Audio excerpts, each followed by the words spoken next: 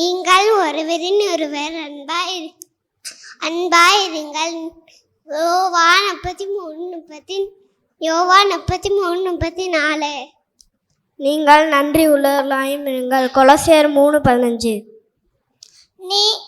அவர் செய்த பெரிய காரியங்களை, அவர் செய்த சகல உபகாரமே மறவாதே. சங்கீதம் 103:1. கர்த்தரை நம்பி நன்மை செய். சங்கீதம் 137:39. எண்ணுகிறேன், என் கர்த்தராகிய இயேசு கிறிஸ்துவை அறிகிற அறிவின் மேன்மைக்காக எல்லாவற்றையும் நஷ்டம் என்று எண்ணுகிறேன். பிலிப்பியர் 3:8. நம்பிக்கை கவலையை மேற்கொள்ளும். நாளைக்காக கவலைப்படாதீங்கள். நாளைய தினம் தன்னுடையவைகளுக்காக கவலைப்படும். அந்தந்த நாளுக்கு அதனரின் பாடு போதும். மத்தேயு 6:34. கிறிஸ்துவே ஆதாயம் என எண்ணுகிறேன். என்னில் அன்பு கூர்ந்து எனக்காக தம்மை தாமே ஒப்பு கொடுத்த தேவனுடைய குமாரனை பற்றும் விசுவாசத்தினாலே பிழைத்திருக்கின்றேன்.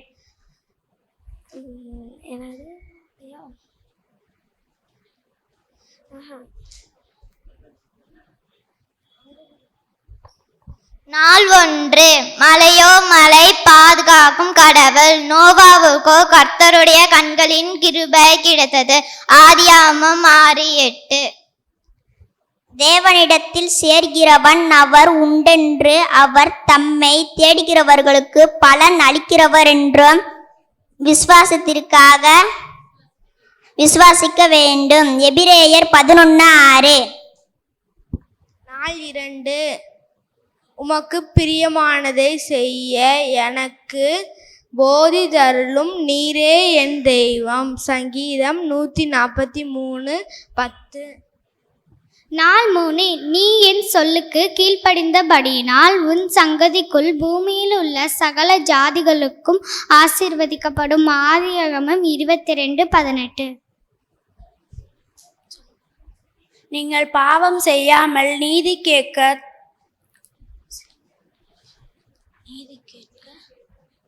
விழித்துக்கொண்டு தெளிந்தவர்களாயிருங்கள்.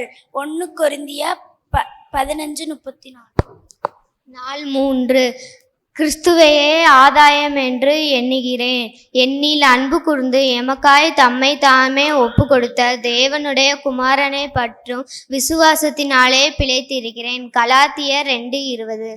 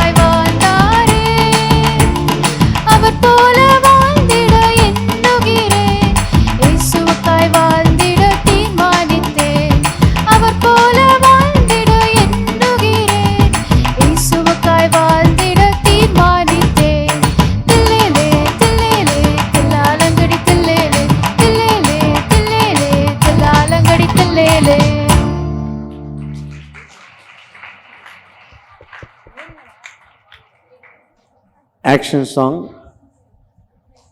Junior Inter Senior.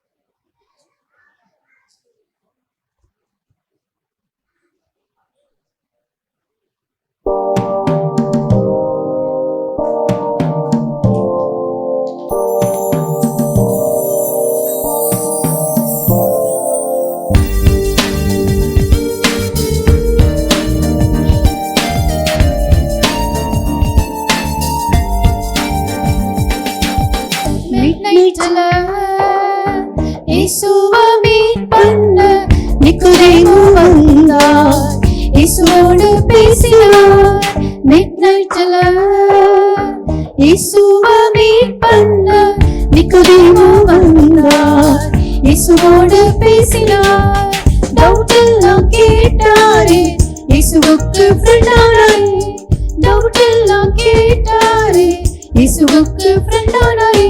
இயேசுவே அன்பிற்காக எது வந்தாலும் வாழ்ந்தார்.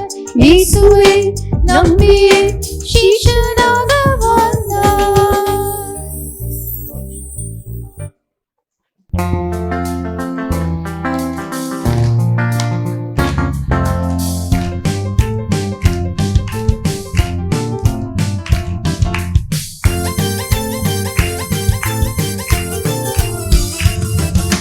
இயேசு பெரியவர் என்பதை அறியும் அறிவின் மேன்மைக்கு பால் போல் நானும் எல்லாமே நஷ்டம் என்று எண்ணுகிறேன். நான் எண்ணுகிறேன். இயேசு பெரியவர் என்பதை அறியும் அறிவின் மேன்மைக்கு பால் போல் நானும் எல்லாமே நஷ்டம் என்று எண்ணுகிறேன். நான் எண்ணுகிறேன்.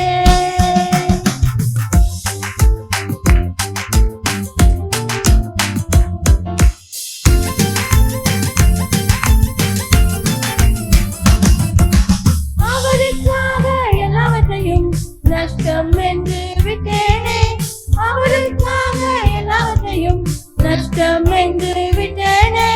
நஷ்டம் நஷ்டம் குப்பை குப்பை என்று நான் எண்ணுகிறேன்.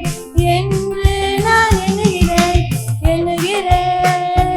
நான் எண்ணுகிறேன்.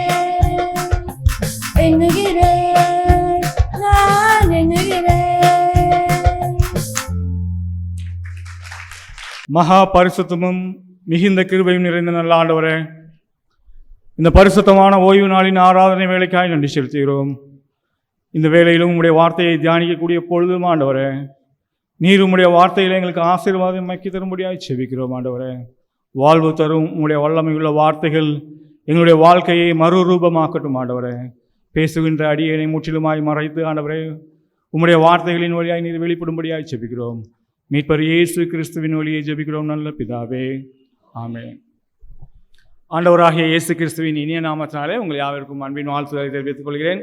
இந்த நாளிலும் உங்களோடு கூட கர்த்தருடைய வார்த்தையை தியானிக்கும்படியாய் தேவன் தந்த நல்ல தருணத்திற்காய் தேவனை துதிக்கிறேன்.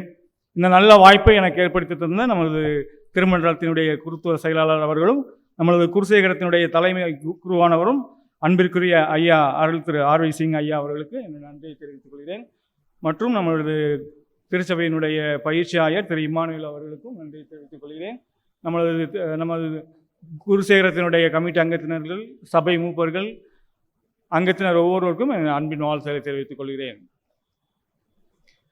கடந்த 5 நாட்களாக நம்முடைய ஆலயத்தில் எண்ணுகிறேன் என்ற தலைப்பின் கீழாய் 2024 ஆண்டிற்குரிய VBS நடைபெற்று வருகிறது. பிலிப்பியர் 3:8 வசனத்தின் அடிப்படையில் எண்ணுகிறேன் என்ற தலைப்பின் கீழாய் பிள்ளைங்களுக்கு எந்த காரியங்களை எல்லாம் நாம் எண்ண வேண்டும் என்று கற்றுக் கொடுத்து வருகிறோம். இந்த நாளிலும் அதே தலைப்பின் கீழாய் நாம் திருச்சபையாராய் சேர்ந்து வேதத்தின் அடிப்படையிலே என்னென்ன காரியத்தை நாம் எண்ண வேண்டும் என்பதை குறித்ததாய் நாம் இன்று தியானிக்க இருக்கிறோம். ஒரு சிறு கூட்டம் வெளி தேசத்திலிருந்து தன்னுடைய தாய் தேசத்திற்கு ஒரு படகில் இருந்து வந்து கொண்டிருந்ததாம். அந்த தேசத்திற்கு ஏறக்குறைய வந்து சேர்வதற்கு அநேக வாரங்கள் இருக்கக்கூடிய நிலையிலே அந்த படகு நடுக்கடலிலே அந்த கடல் கொந்தளிப்பினால் அந்த படகு சேதமடைந்ததாம்.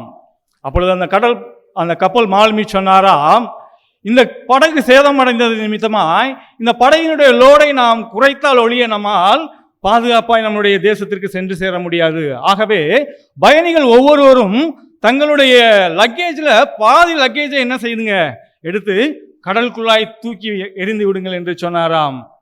அப்பொழுது ஒரு வாலிப தம்பி வேகமாக வந்து சொன்னாராம் ஒரு மூத்த ஐயாவிட்ட, ஐயா, நான் அநேக ஆண்டுகள் வெளி தேசத்திலிருந்து அநேக கஷ்டங்களின் மத்தியிலே நான் பொருட்களை ஈட்டி அதன் நிமித்தமாய் விலையுயர்ந்த பொருட்களை வாங்கி வந்து கொண்டிருக்கிறேன்.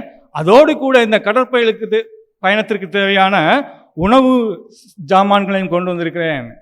நான் என்ன செய்யட்டும்? என்னுடைய உணவு பதார்த்தங்கள் எல்லாவற்றையும், பழங்கள் எல்லாவற்றையும் கடலில் தூக்கி எறிந்து விட்டு நான் கஷ்டப்பட்டு உழைத்த அந்த விலை மதிப்புள்ள அந்த பொருட்களை என்னோடு கூட எடுத்துக்கொள்ளட்டும் என்று சொன்னானாம். அப்பொழுது அந்த முதியவர் சொன்னாராம், தம்பி அப்படி செய்யாத, நான் என்ன செய்ய இருக்கிறேன்?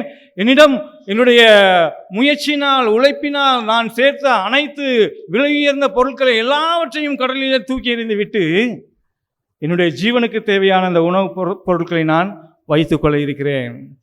அந்த வாலிப தம்பி சொன்னானா, ஐயா நான் அநேக ஆண்டுகள் கஷ்டப்பட்டு விட்டேன், இது விலை மதிப்பு மிக்க ஜாமான்கள், இவற்றை என்னால் விட்டுவிட முடியாது என்று தன்னோடு வைத்துக்கொண்டு தன்னிடமிருந்த உணவுப் பொருட்களை எல்லாம் கடலிலே வீசினானாம். நாட்களானது அநேக வாரங்களுக்கு பின்பதாய் அந்த வாலிப தம்பி மயங்கி விழுந்து மரணத்திற்கு நேராய் சென்றானாம். இந்த முதியவர் தன்னோடு இருந்த உணவு பதார்த்தங்களை எல்லாவற்றையும் நேர்த்தியான வேளையிலே எடுத்துக்கொண்டு தன்னுடைய இல்லத்திற்கு சுகபத்திரமாய் திரும்பி சென்றாராம். ஒருவேளை இது கதையாக இருக்கலாம். எனக்கு அன்பான தேவ ஜனமே, இந்த நாளிலும் நம்முடைய நிலையும் இந்த வாலிப தம்பியினுடைய நிலையை ஒத்ததாக இருக்கிறது. நாம் இந்த உலக பிரகாரமான காரியங்களுக்கு முதலிடம் கொடுத்து அதை விட்டுவிட முடியாதபடி நமக்கும் தேவனுக்கும் உள்ள அந்த ஜீவனுள்ள உறவை என்ன செய்து விடுகிறோம்? விட்டு விடுகிறோம். இதன் நிமித்தமாய் நாம் நம்ம ஆராதிக்கக்கூடிய ஜீவனுள்ள தேவனோடு உள்ள உறவை இழந்து போகிறோம். ஆவிக்குரிய மரணத்திற்கு நேராய் கடந்து செல்கிறோம். எனக்கு அன்பான தேவஜனமே, இந்த நாளிலும் 3 காரியங்களை குறித்து, என்னென்ன காரியங்களை எல்லாம் நாம் என்ன வேண்டும், என்னென்ன காரியத்தை நாம் நீக்கிவிட வேண்டும் என்பதை குறித்து நாம் தியானிக்க இருக்கிறோம். முதலாவதாய் பவுல் பிலிப்பியருக்கு எழுதின நிருபம் 3வது அதிகாரம் 8வது வசனம் இப்படியாய் சொல்கிறது, நாம்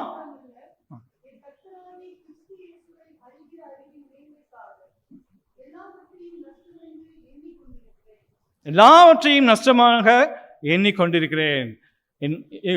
கர்த்தராகிய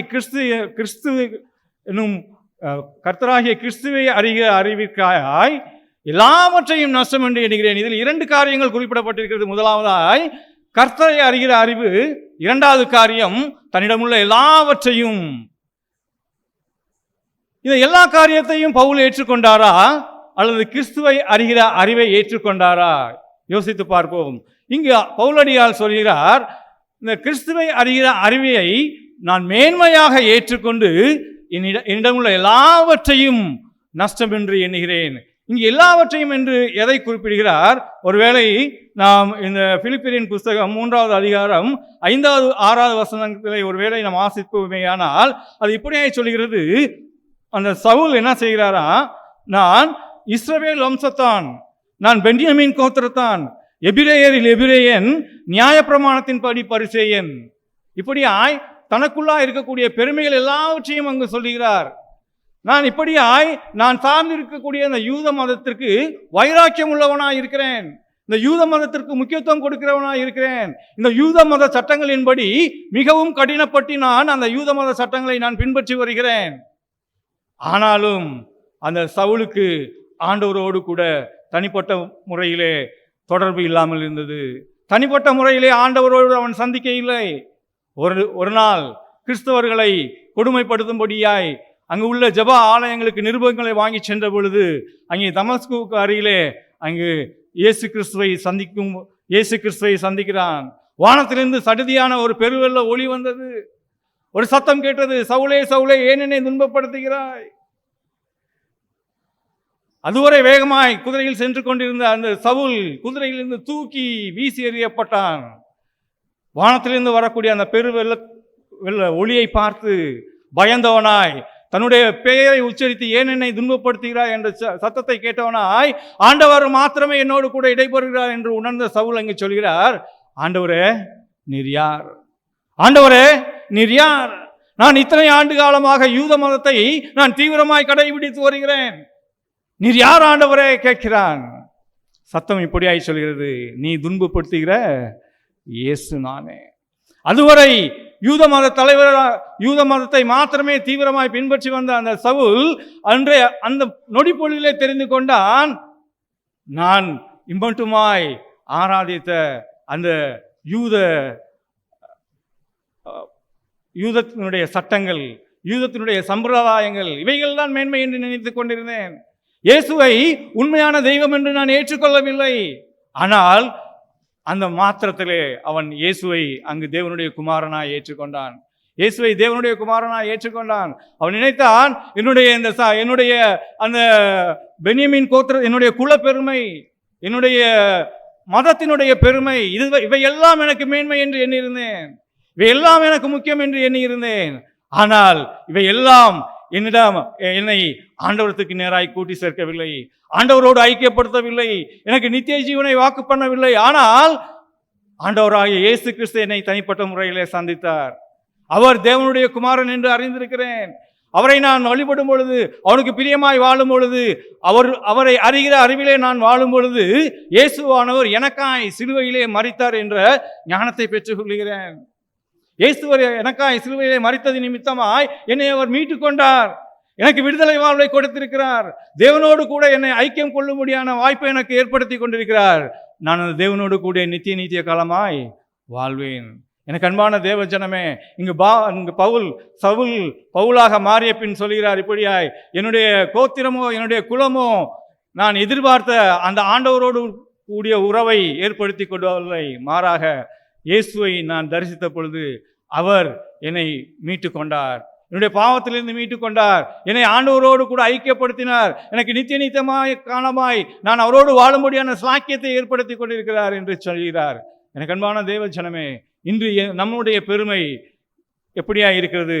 ஒருவேளை நாம் சம்பிரதாயமாய் நம்முடைய மதத்தை குறித்து நாம் ஒருவேளை வாஞ்சையுள்ளவர்களாய், ஒருவேளை அதில் தீவிரமாக இருக்கலாம். ஆனாலும் ஆண்டவரை அறிகிற அறிவிலே நாம் மேன்மை பாராட்டுகிறோமோ யோசித்து பார்ப்போம். ஒருவேளை என்னுடைய குல பெருமை தான் முக்கியம், என்னுடைய குடும்ப பின்னணி தான் முக்கியம், என்னுடைய பதவி தான் முக்கியம், என்னுடைய பெயர் பிரஸ்தாபம் தான் முக்கியம் என்று இருப்போமே, ஆனால் ஆண்டவரை அறிகிற அறிவிலே நாம் தவறி விடுவோம். ஆண்டவர் நமக்கென்று வைத்திருக்கிறதான அந்த நித்திய ஜீவனை நாம் இழந்து போய் விடுவோம். அதே போல இரண்டாவதாய் நாம் நினைக்க வேண்டிய காரியம், சமாதானத்தையே மேன்மையாக எண்ண வேண்டியவர்களாய் காணப்படுகிறோம். இங்கே ஆதியாகமம், பழைய ஏற்பாட்டின் புஸ்தகம் ஆதியாகமத்தில் 25வது அதிகாரத்தில் ஒரு தேவ மனிதனை குறித்து சொல்லப்பட்டிருக்கிறது, யாக்கோபு. இந்த யாக்கோபு ஆறாம் தேசத்திலிருந்து பெயர்சபாவுக்கு வருகிறான். தன்னுடைய தகப்பனையும் சகோதரனையும் சந்திக்கும்படியாய் யாக்கோபு 20 ஆண்டு காலம் தகப்பன் வீட்டை விட்டு பிரிந்தவனாய் தன்னுடைய மாமனுடைய வீட்டிலிருந்து மீண்டுமாய் தகப்பனுடைய வீட்டுக்கு திரும்பி வருகிறான். அங்கு தகப்பனுடைய வீட்டுக்கு வரும்பொழுது அங்கு என்ன செய்கிறான், தன்னுடைய மனைவிகள், தனக்கு சொந்தமான ஆஸ்திகள் எல்லாவற்றையும் அந்த யாபோக்கு என்கிற ஆற்றின் கரையிலே அப்புறப்படுத்தி விட்டு யாக்கோபு மாத்திரம் தனித்திருக்கிறான். யாக்கோபு மாத்திரம் அங்கே தனித்திருக்கிறான். ஆதியாகமம் 32வது அதிகாரம் 25வது வசனத்தை நாம் பார்க்கும் பொழுது 24வது வசனத்தில்,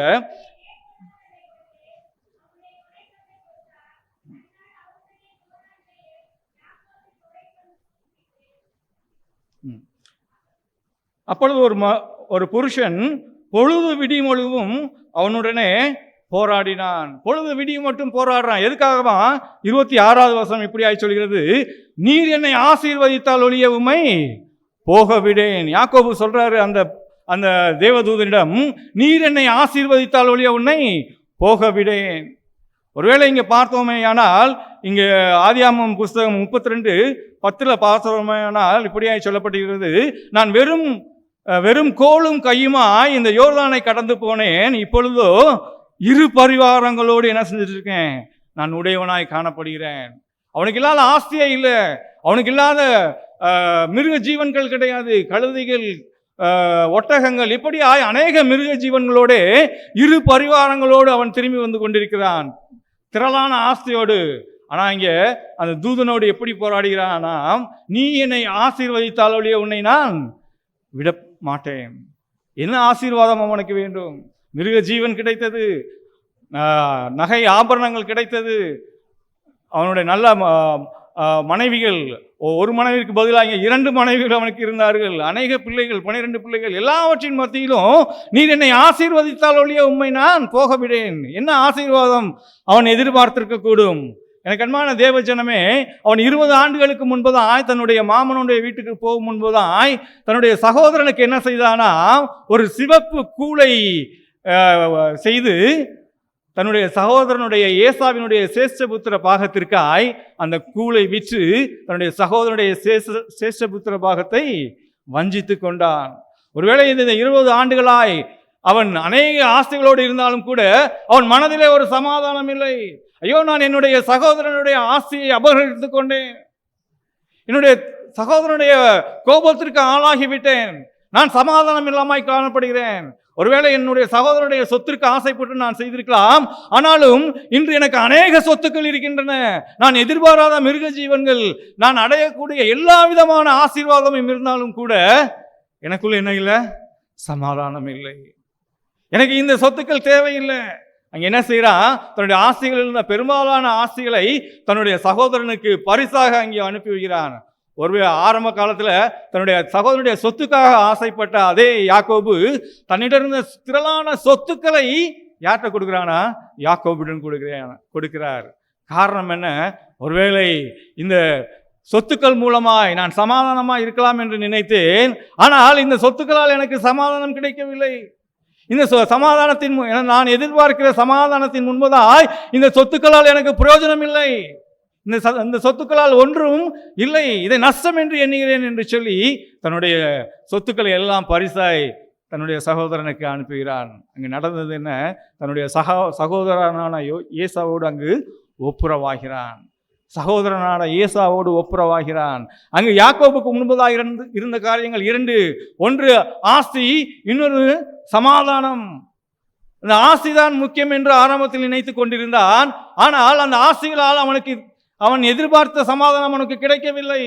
தன்னுடைய ஆசைகள் எல்லாம் நஷ்டம் என்று கொடுத்துவிட்டு தான் விரும்பின அந்த சமாதானத்தை தெரிந்து கொண்டான். அன்பான தேவ ஜனமே, ஒருவேளை நம்முடைய குடும்பங்களிலே அல்லது நாம் வேலை செய்கிற இடத்திலே நாம் என்ன செய்யலாம், அநேகரோடு விரோதம் கொள்ளலாம். ஒரு சில அற்ப காரியங்களுக்காக நாம் நம்முடைய சமாதானத்தை இழந்தவர்களாய் நாம் என்ன செய்திருக்கலாம், நாம் அநேக அற்பமான காரியங்களுக்காய் நாம் விரோதம் பாராட்டியிருக்கலாம். அன்பான தேவ ஜனமே, இன்றைய நாளிலும் வசனம் சொல்லிவிடக்கூடிய காரியம் என்ன? நம்முடைய அற்பமான உலக பிரகாரமான காரியத்திற்காய் நம்முடைய சமாதானத்தை இழக்க வேண்டாம். நாம் எதையெல்லாம் நாம் மேன்மை என்று நினைத்தோமோ அந்த உலக காரியங்கள் எல்லாவற்றையும் இழந்தும் கூட நாம் என்ன செய்ய வேண்டும், நம்முடைய சமாதானத்தை சுதந்திரித்துக் கொள்ள வேண்டும்.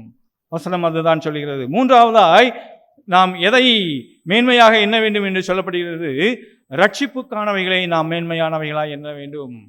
ரட்சிப்புக்கானவைகளை சுவிசேஷ பாடமாகிய இந்த லூக்கா புஸ்தகத்தின் 19வது அதிகாரத்திலே ஒரு தேவ மனிதனை, ஒரு ஆயக்காரரை கொடுக்கப்பட்டிருக்கிறது. நீங்கள் இந்த பகுதி அநேகருக்கு தெரிந்த பகுதி. இந்த ஆயக்கார தலைவனாகிய சகேயு என்பவன், அவன் ஆஸ்திகளின் மேல் விருப்பமுள்ளவனாய் அந்த பொது மக்களிடத்திலிருந்து திரளான ஆஸ்தியை தவறான முறையிலே சேகரித்தான். அரசாங்கம் எவ்வளவாய் வசூலிக்க வேண்டும் என்று சொல்லி இருந்ததோ அதை காட்டிலும் அதிகமாய் தவறான முறையிலே அரசாங்கத்திற்கு விரோதமாய், மக்களுக்கு விரோதமாய் மக்களிடத்தில் இருந்து அநேக வரி பணத்தை வசூலித்தான், ஆஸ்தியை அநேகமாய் சேர்த்தான். அங்கு நடந்தது என்ன? அங்கே உள்ள மக்கள் எல்லாரும் அந்த நாளிலே இயேசுவானவர் எரிகோ பட்டணத்தை கடந்து செல்லும் பொழுது அங்கு அந்த சகேயுவை சந்திக்கிறார், நேருக்கு நேராய் சந்திக்கிறார். சகேயுவை சீக்கிரம் இறங்கி வா, நான் உன்னுடைய வீட்டிலே தங்க வேண்டும் என்று சொல்கிறார்.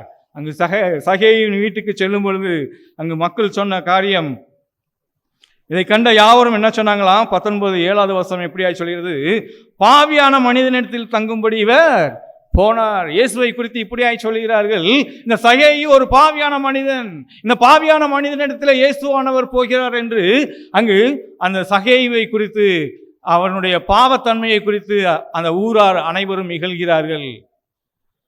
அந்த சகேயுவின் முன்னிற்பது 2 காரியம் இருக்கிறது. ஒன்று அவன் சேர்த்த திரளான ஆஸ்தி, இன்னொன்று அவன் விரும்பிய விடுதலை வாழ்வு.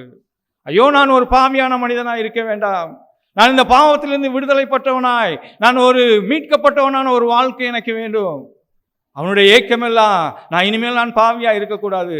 ஆனா ஊரார் அவனை சொன்ன காரியம் என்ன? இவன் ஒரு பாவியான மனுஷன், ஏழைகளிடத்திலே திரளான ஆசையை இவன் கொள்ளையிட்டு இருக்கிறான். அவனுக்கு முன்பதாக இருந்த காரியம் 2. ஒன்று திரளான ஆசி, இன்னொன்று அவன் தன்னுடைய பாவ வாழ்விலிருந்து மீட்கப்பட வேண்டும் என்ற வாஞ்சை. என்னதான் அவன் ஆசையை சேர்த்திருந்தாலும் அவனால் விரும்பிய அந்த ரட்சிப்பின் அனுபவத்தை அவனால் பெற்றுக்கொள்ள முடியவில்லை. இயேசுவானவர் வந்த பொழுது அங்கே சொல்றான், ஆண்டவரே, நான் இந்த பணத்தை கொண்டு நான் நல்ல ஆண்டவருக்குள்ளாய் இந்த உலக வாழ்விலே சமாதானமாய் அந்த விடுதலை வாழ்வை நான் வாழலாம் என்று நினைத்திருந்தேன். ஆனால் இந்த ஆஸ்தியினால் எனக்கு அந்த விடுதலை வாழ்வை கொடுக்க முடியவில்லை. அங்கே சொல்றான், ஆண்டவரே, எனக்கு இந்த திரளான ஆஸ்தி வேண்டாயா, உமக்குள்ளாய் மீட்கப்பட்ட அனுபவம் எனக்கு வேண்டும், இந்த ஆஸ்தியை நான் கொடுத்து விடுகிறேன். அங்கே சொல்றான், நான் எவனிடத்திலாவது நான் அநியாயமாய் வாங்கியது உண்டானால் நாளத்தனையாய் திரும்பி தருகிறேன். ஒருவேளை அவன் ஒரு 10 லட்சம் ரூபாய் சொத்துக்கள் தவறுதலாய் வாங்கியிருந்தால் அவன் எவ்வளோ திருப்பி கொடுத்துருக்க வேண்டுமாம்? 40 லட்சம். அவன் அவ்வளோ சொத்து வச்சிருந்திருப்பானா என்று தெரியவில்லை. ஒருவேளை அவன் அநியாயமாக வாங்கியது கொஞ்சம் பணமாக இருந்தால் கூட அதை நாளத்தனையாய் திருப்பி தருகிறான். தன்னுடைய சொந்த பணத்திலிருந்து பிறருடைய பணத்தை இச்சிக்க வேண்டும் என்று நினைத்த சகேயு, பிறர் பணம் வேண்டாம், என்னுடைய பணத்தையும் நான் என்ன செய்கிறேன், அவர்களுக்கு கொடுத்து விடுகிறேன். ஆஸ்தி எனக்கு வேண்டாம், எனக்கு அந்த பாவ வாழ்வில் இருந்து விடுதலை பெற்ற அந்த ஒரு ரட்சிப்பின் அனுபவம் வேண்டும். எப்பொழுது அவன் சொன்னானோ, என்னுடைய ஆஸ்தியை நான் அநியாயமாய் வாங்கியவர்களிடத்தில் நாளத்தனையாய் திருப்பி கொடுக்கிறேன் என்று சொன்ன மாத்திரத்திலே ஆண்டவர் சொல்றார், இந்த வீட்டுக்கு இன்றைக்கு ரட்சிப்பு வந்தது, இந்த வீட்டுக்கு இன்னைக்கு ரட்சிப்பு வந்தது. ஒருவேளை இவ்வளவு நாட்கள் அவன் பாவத்தின் பிடிவில் சிக்கியிருக்கலாம், ஆனால் இன்று அவன் பாவத்திலிருந்து விடுதலைப்பட்டவனாய் ஆண்டவர் அழக்கூடிய ரட்சிப்பை சுதந்திரித்துக் கொண்டிருக்கிறான். சந்தோஷமாய் ஆண்டவரோடு வாழும்படியான கிருபையை பெற்றிருக்கிறான். இவனும் ஆபிரகாமின் குமாரனாய் இருக்கிறானே, ஆண்டவருடைய பிள்ளையாயிட்டான். அவன் ஆஸ்திக்கு முதலிடம் கொடுக்கும் பொழுது ஆண்டவருக்கு தூரமாய் இருந்தான். அநியாயமாய் பெற்ற ஆஸ்தியை கொடுக்கும் பொழுது ஆண்டவனுக்கு பிரியமான பிள்ளையாய் மாறிவிட்டான். எனக்கு அன்பான தேவஜனமே, இந்த நாட்களிலே நம்முடைய வாழ்விலும் 2 கரங்களிலும் 2 காரியம் இருக்கிறது. முதலாவது பார்த்தோம், ஆண்டவரை அறிகிற அறிவு. அங்கு சவுலின் கரங்களிலே ஒரு புறம் ஆண்டவரை அறிகிற அறிவு, இன்னொரு புறம் அவனுடைய குலப்பெருமை, அவனுடைய மத பெருமை, அவனுடைய கோத்திரத்தினுடைய பெருமை எல்லாம் இருந்தது. இவை எல்லாவற்றையும் கொண்டு நான் ஆண்டவருடைய ராஜ்யத்தில் சேர்ந்து விடலாம் என்று சவுல் நினைத்து கொண்டிருந்தான். ஆனால் ஆண்டவர் இயேசு கிறிஸ்துவை சந்தித்த மாத்திரத்திலே, இதுவரை நான் நம்பி இருந்த இந்த என் குலப்பெருமை என் ஆண்டவரிடத்தில் என்னை சேர்க்காது, தூக்கி எறிந்தான், அதை நஷ்டம் என்று எண்ணுகிறேன், இதனால் எனக்கு எந்த ஒரு பிரயோஜனம் இல்லை என்று சொன்னான். ஆண்டவரை அறிகிற அறிவை நான் பெற்றுக்கொள்கிறேன், மேன்மையாய் கருதுகிறேன் என்று சொன்னான். பவுலாய் மாற்றப்பட்டு உலகமெங்கும் ஆண்டவருடைய சுவிசேஷத்தை சொல்லக்கூடிய ஒரு மிஷினரியாக மாறினான். இரண்டாவது ஒரு தேவதாசனை குறித்து பார்த்தோம், யாக்கோபு. அவனுடைய கரங்களிலே 2 கரங்களிலே ஒரு புறம் ஆஸ்தி, ஒரு புறம் சமாதானமான வாழ்வு. அவன் எதிர்பார்த்திருந்த அந்த ஆஸ்தியுள்ள வாழ்வு இருந்தால் தான் சமாதானமாய் வாழ முடியும் என்று நினைத்தான். தன்னுடைய சகோதரனத்தில் இருந்து அநேக காரியங்களை வஞ்சித்தான். ஆனாலும் உலகம் அவனிடத்தில் 2 பரிவாரங்கள் ஆஸ்தி இருந்தாலும் கூட அவன் எதிர்பார்த்திருந்த அந்த சமாதானத்தை அந்த ஆஸ்தியினால் கொடுக்க முடியவில்லை. எப்பொழுது அந்த தன்னுடைய ஆஸ்தியை தன்னுடைய சகோதரனுக்கு திருப்பி கொடுத்தானோ அந்த மாத்திரத்திலே அங்கே அவன் உலகம் தரக்கூடாத சமாதானத்தை அங்கு பெற்றுக்கொண்டான். ஆண்டவருக்கு பிரியமான பிள்ளையாய் மாறினான். மூன்றாவதாக ஒருவரை குறித்து பார்த்தோம், சகேயு. ஆஸ்தி நிமித்தமாய் நான் சந்தோஷமாய் வாழ முடியும், ஆஸ்தி நிமித்தமாய் நான் ஆண்டவரோடு கூட நான் ஆஸ்தி அதிகமாக இருந்ததினால் சந்தோஷமாக இந்த உலக வாழ்வை நான் முன்னேறி செல்ல முடியும் என்று நினைத்தான். ஆனாலும் அந்த உலகத்தார் அவனுக்கு கொடுத்த பெயர் பாவி. பாவியான மனுஷன். அவன் நினைச்ச, ஆண்டவரே, இந்த பெயர் எனக்கு வேண்டாம் ஆண்டவரே, இந்த ஆஸ்தி எனக்கு வேண்டாம் ஆண்டவரே, உம்முடைய பிள்ளையாய் நான் வாழ வேண்டும், உம்முடைய ரட்சிப்பின் அனுபவத்திற்காய் நான் வாழ வேண்டும். அந்த ஆஸ்தியை தன்னிடம் யாரிடம் இருந்தெல்லாம் அவன் அநியாயமாய் பெற்றுக்கொண்டதை திருப்பி கொடுத்த பொழுது அவன் ஆண்டவர் ஆளக்கூடிய அந்த ரட்சிப்பின் அனுபவத்தை பெற்றுக்கொண்டான். எனக்கு அன்பான தேவச்சனமே, இந்த நாட்களிலே நாம் எந்தெந்த காரியத்தை நாம் சுதந்திரித்துக் கொள்ளப் போகிறோம், எந்தெந்த காரியத்தை விட்டு விலகி இருக்கிறோம்? ஆண்டவர் நம்மிடம் எதிர்பார்க்கக்கூடிய காரியம், என்னுடைய ஜனங்கள் என்னை அறிகிற அறிவிலே வளர வேண்டும். இவர்களுக்காக நான் ஜீவனை கொடுத்திருக்கிறேன். நான் கல்வாரி சிலுவையிலே மரித்தது நிமித்தமாய் இவர்களுக்காய் நான் மீட்பை உண்டு பண்ணி இருக்கிறேன், விடுதலை வாழ்வை உண்டு பண்ணி இருக்கிறேன், ஆண்டவரோடு கூட ஐக்கியப்படுத்தும்படியான ஒரு ஸ்லாக்கியத்தை உண்டு பண்ணியிருக்கிறேன், ஆண்டவரோடு நித்திய காலமாய் வாழும்படியான ஸ்லாக்கியத்தை உண்டு பண்ணியிருக்கிறேன். அவற்றை நாம் மேன்மையாக எண்ணுவோமா? இரண்டாவது, ஆண்டவர் சொல்கிறார், என்னுடைய ஜனங்கள் சமாதானத்தோடு காணப்பட வேண்டும். அவர்கள் அழிந்து போகக்கூடிய இந்த உலக பிரகாரமான காரியங்களை விடுத்து அவர்கள் சமாதானத்தோடு வாழ வேண்டும் என்று எதிர்பார்க்கிறார். மூன்றாவதாய், மற்றெல்லா காரியத்திற்கும் மேன்மையாய் அவர்கள் ரட்சிப்பின் அனுபவத்திற்குள்ளாய் ஆண்டவருடைய பிள்ளையாய் வாழ வேண்டும் என்று எதிர்பார்க்கிறார். இந்த நாளிலும் நாம் திருவிருந்திலே பங்கு பெற இருக்கிறோம். திருவிருந்திலே ஆண்டவருடைய திரு சரீரத்தையும் இரத்தத்தையும் பெற்றுக்கொள்ள இருக்கிறோம். ஆண்டவர் நம்மிடம் எதிர்பார்க்கக்கூடிய காரியத்தை நாம் மேன்மையாக கருதுவோமா?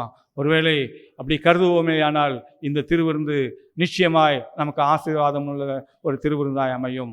ஆண்டவர் தாமே இந்த வார்த்தையின் மூலமாய் நம்மோடு கூட இடைப்படுவாராக. ஜெபிப்போம். நேசிக்கிற நல்ல ஆண்டவரே, உம்முடைய வல்லமையுள்ள வார்த்தைக்காய் நன்றி செலுத்துகிறோம். ஆண்டவரே, இந்த வார்த்தையின் மூலமாய் நீர் எங்களோடு கூட தொடர்ந்து இடைபடும்படியாய் ஜெபிக்கிறோம். உமக்கு பிரியமான ஜனங்களாய், நீர் விரும்புகிற பாத்திரங்களாய் நீர் எங்களை ஆண்டவரை மறுரூபப்படுத்தும்படியாய் ஜெபிக்கிறோம். அப்படி செய்வதற்காய் நன்றி. தொடர்ந்து எங்களோடு கூட இடைபடும் மீட்பர் இயேசு கிறிஸ்துவின் ஒளியை ஜெபிக்கிறோம் நல்ல பிதாவே, ஆமென். மகா இரக்கமும் கிருபை நிறைந்த எங்கள் அன்பு தகப்பனே, 4 மாதங்களை கழித்து ஒரு புதிய மாதத்திற்குள் காலெடுத்து வைக்க தேவரீர் எங்களுக்கு பாராட்டின எல்லா நன்மைக்காக நாங்கள் நன்றி செலுத்துகிறோம். ஆண்டவரே, இந்த ஆராதனை மூலமாய் நாங்கள் உம்மை மகிழ்ச்சியோடு ஆராதிக்கவும் தேவனுடைய திருப்பதிலே விசுவாசத்தோடு பங்கேற்கவும் ஆண்டவருடைய கரத்திலிருந்து நன்மைகளை பெற்றுக்கொள்ளவும் எங்களை தாழ்த்தி காத்திருக்கிறோம். ஆண்டவரே, இந்த ஆராதனைக்கு வந்திருக்கிற ஒவ்வொரு நபரையும் தேவரீர் ஆசீர்வதிக்கும்படியாய் நாங்கள் செபிக்கிறோம். உம்முடைய வல்லமையின் கரம் அவர்களோடு கூட இருந்தவர்களை வழிநடத்தும்படியாக நாங்கள் செபிக்கிறோம். அப்பா, இந்த நாளிலே சாட்சி சொன்ன மக்களுக்காக, விபிஎஸ் மூலமாய் வேத வசனங்களை பகிர்ந்து கொண்ட அருமையான பிள்ளைகளுக்காக,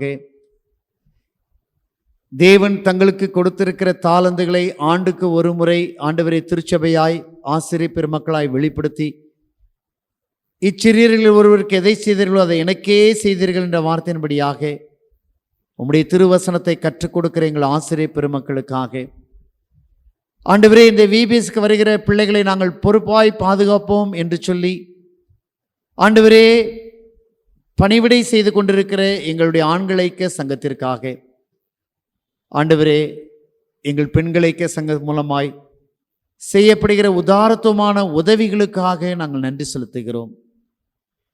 ஜேஎம்சி ஊழியத்தையும் ஆண்டவரே பல்வேறு மையங்களில் நடத்தி முடிக்க கிருபை செய்தீர். இன்னும் வருகிற வாரங்களிலும் நாங்கள் நடத்த இருக்கிற ஜேஎம்சி ஊழியங்களை கர்த்தர் எங்களுக்கு ஆசீர்வதிக்கும்படியாய் நாங்கள் ஜெபிக்கிறோம். இந்த 2 காரியங்களை செய்வதற்கு எங்களுக்கு தேவைகள் அநேகம் உண்டு. ஆண்டவரே, எங்கள் தேவைகள் எல்லாம் எங்கள் திருச்சபையின் மக்கள் சந்தித்து வருவதற்காக நாங்கள் நன்றி செலுத்துகிறோம். இன்னும் தேவைகளை சந்திக்கிற உள்ளங்களை ஆண்டவர் எழுப்பி தந்து இந்த கனமான ஊழியத்தை நாங்கள் செய்து மகிழ்ச்சியோடு நாங்கள் முடித்தோம் என்று சொல்லத்தக்கதாக கர்த்தர் எல்லா காரியத்தையும் அனுகூலப்படுத்தி தரும்படியாய் நாங்கள் ஜெபிக்கிறோம். குறிப்பாய் மாலையிலே வெயிலின் மத்தியிலும் பொருட்படுத்தாதபடிக்கு ஜேஎம்சி ஊழியிலே பங்கேற்கிற எங்கள் திருச்சபையின் திருக்குடும்பத்தாரையும், ஆண்டவரே, எங்களுடைய ஊழியக்காரர்களையும் மிஷனரிகளையும் பங்கேற்கிற சிறு பிள்ளைகளையும் உடைய கரத்தில் ஒப்படைக்கிறோம். வெயிலுக்கு ஒதுங்கும் நிழலாயிருக்கிறீர் என்று சொன்ன போல ஆண்டவரே, மேக ஸ்தம்பத்தால் எங்களை பாதுகாக்கும்படியாய் நாங்கள் ஜெபிக்கிறோம். குறிப்பாக ஆண்டவரே, வெயிலின் கொடுமை அதிகரித்து கொண்டே போய் கொண்டிருக்கிற சூழ்நிலையிலே கத்திரி வெயிலினால் நாங்கள் பட்டு கொண்டிருக்கிற பாரங்கள் வேதனைகளை நீர் அறிவீரப்பா. வெளிப்படுத்தல் விசேஷத்திலே சொன்னவனமாய் ஆண்டவரே, நீ சொன்ன வார்த்தைகள் எல்லாம் நிறைவேறி கொண்டிருக்கிற சூழ்நிலையிலும் அப்பா பிதாவை என கூப்பிடுகிற புத்திர சுவிகாரத்தின் ஆவியை எங்களுக்கு கொடுத்ததினாலே ஆண்டவரே, நாங்கள் உம்மை நோக்கி நாங்கள் பார்க்கிறோம். சுவாமி, எங்களுக்கு நீர் ஒரு குளிர்ச்சியை தரும்படியாகவும் கோடை மழையை தந்து எங்களை தண்ணீர் பஞ்சத்திற்கு விலக்கி பாதுகாக்கும்படியாய் நாங்கள் ஜெபிக்கிறோம். ஆண்டவரே, உலகம் உஷ்ணமயமாத நிமித்தமாக இன்றைக்கு கல்ஃப் கண்ட்ரீஸ்லே சந்தித்து கொண்டிருக்கிற வெள்ளங்களுக்காக பாத்தில் வருகிறோம். கர்த்தாவே, அந்த தேசங்களில் தங்கியிருக்கிற மக்களையும் எங்கள் திருச்சபையை சார்ந்த குடும்பங்களையும் கர்த்தர் பொறுப்படுத்திக் கொள்ளும்படியாய் நாங்கள் ஜெபிக்கிறோம். ஆண்டவரே, நம்முடைய கரத்தில் எங்களை தாழ்த்துகிறோம். எங்களுடைய திருச்சபையின் திருக்குடும்பங்கள் ஒவ்வொன்றையும் தேவரீர் கிருபையாய் சந்தித்து நீ நன்மையினாலும் கிருபையினாலும் இரக்கத்தினாலும் முடிசூட்டி வருவதற்காக உம்மை ஸ்தோத்திரிக்கிறோம். சுகவீனமாய் பலவீனமாய் இருக்கிற மக்களுக்காய் செபிக்கிறோம்.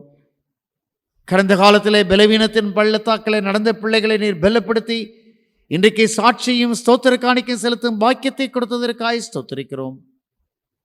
சகர் முத்துக்காளை ஐயாக்காக நாங்கள் செபிக்கிறோம். ஆஸ்பத்திரியில் பலவீனமாய் இருக்கிற அவர்களை ஆண்டவர் தாமே பலப்படுத்தி பூரணமான சுகத்தை தரும்படியாய் நாங்கள் செபிக்கிறோம். இல்லங்களிலே பலவீனமாய் இருக்கிற பிழையவர்கள் உண்டு சுவாமி.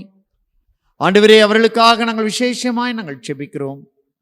சகோதரி கிளெமென்ட்டுடைய தகப்பனார்க்காய் செபிக்கிறோம். ஆண்டவரே, அவருடைய பலவீனத்தில் நம்முடைய பலன் பரிபூர்ணமாய் விளங்க கிருபை தாரும். கர்த்தர் அவர்களை ஆசீர்வதிப்பீராக.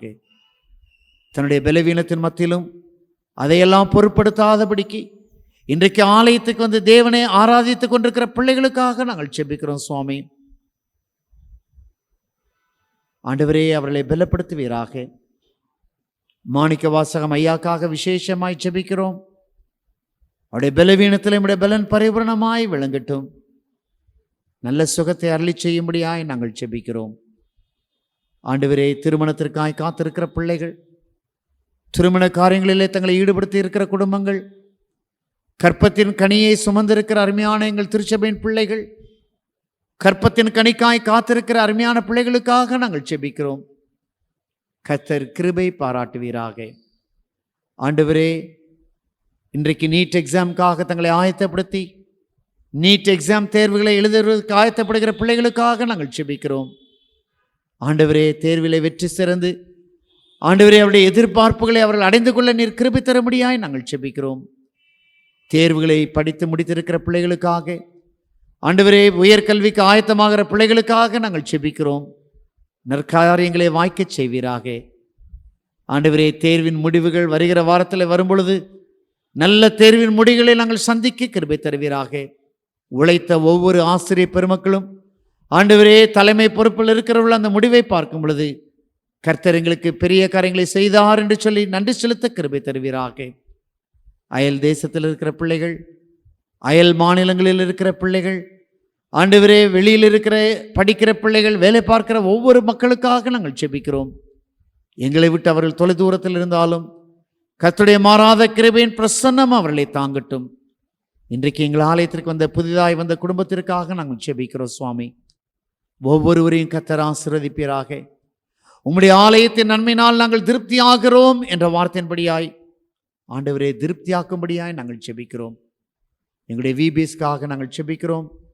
ஆண்டவரே, இன்னும் இருக்கிற 5 நாட்களை நாங்கள் நல்லபடியாய் கழிக்க எங்களுக்கு கிருபை தருவீராக. லவ் ஃபீஸ்டுக்காக தங்களுடைய இடத்தை ஆயத்தப்படுத்தியிருக்கிற குடும்பத்திற்காக நாங்கள் நன்றி செலுத்துகிறோம். கர்த்ததாமே எங்கள் ஆயத்தங்களை ஆசீர்வதித்து அந்த நாள் ஒரு மனமகிழ்ச்சி நாளாய் பிள்ளைகளுக்கும் எங்களுக்கும் காணப்பட நீர் கிருபை தருவீராக. உம்முடைய கரத்திலே நாங்கள் எங்களை தாழ்த்துகிறோம். ஆண்டவரே, திருமண்டலங்கள் அளவிலே நடைபெற்று கொண்டிருக்கிற அனைத்து காரியங்களையும் நீர் அறிவீர் சுவாமி. சபை உம்முடையது, நாங்கள் உம்முடைய பணிவிடைக்காரர்கள். திருச்சபையின் மக்கள் உம்முடைய விசுவாச ராஜரீக ஆசாரிய கூட்டத்தினர். இதற்கு எந்த விதமான ஆண்டவரே குறைவுகள் வராதபடிக்கு கர்த்தர் சகலத்தையும் அதனதன் காலங்களிலே நேர்த்தியாய் செய்து முடிக்கும்படியாய் நாங்கள் செபிக்கிறோம். தொடர்ந்து உம்முடைய கரத்தில் எங்களை ஒரு விசை தாழ்த்துகிறோம். இந்த ஆண்டிலே எங்களுக்கு விபிஎஸ் டைரக்டராய் வந்த குடும்பத்திற்காய் ஸ்தோத்திரம். நானும் என் வீட்டாருமோ வென்றால் கர்த்தரையே சேவிப்போம் என்று சொன்னவனமாய் குடும்பமாய் கர்த்தருடைய ஊழியத்தை செய்கிற இந்த குடும்பத்தை கர்த்தர் ஆசீர்வதிக்கும்படியாய் நாங்கள் செபிக்கிறோம். கண்ணீரோடும் கவலையோடும் பலவீனத்தோடும் தனிமை உணர்வோடும் யாரேனும் இங்கிருந்தால் ஆண்டவரே, சமாதானத்தின் தேவன் அவர்களை பலப்படுத்தி சகாயம் செய்யும்படியாய் நாங்கள் செபிக்கிறோம். உம்முடைய கரத்திலே ஒரு விஷயங்களை தாழ்த்துகிறோம். சாட்சி உள்ள திருச்சபையாக இந்த உலகத்திற்கு உப்பாய் ஒளியாய் நாங்கள் வாழ ஆவியானவர் எங்களை பலப்படுத்துவீராக. சமாதானத்தின் தேவன் தாமே சமாதானத்தை மாறுதலை மரளி செய்யும்படியாய் ஆண்டவரும் இரட்சகருமாய் இயேசு நாமத்தில் தாழ்மையோடு கேட்கிறோம். ஜீவனுள்ள பரம பிதாவே, ஆமேன். தேவனுடைய இரக்கத்திற்கும் கிருபைக்கும் பராமரிப்புக்கும் நம்ம அர்ப்பணிப்போம்.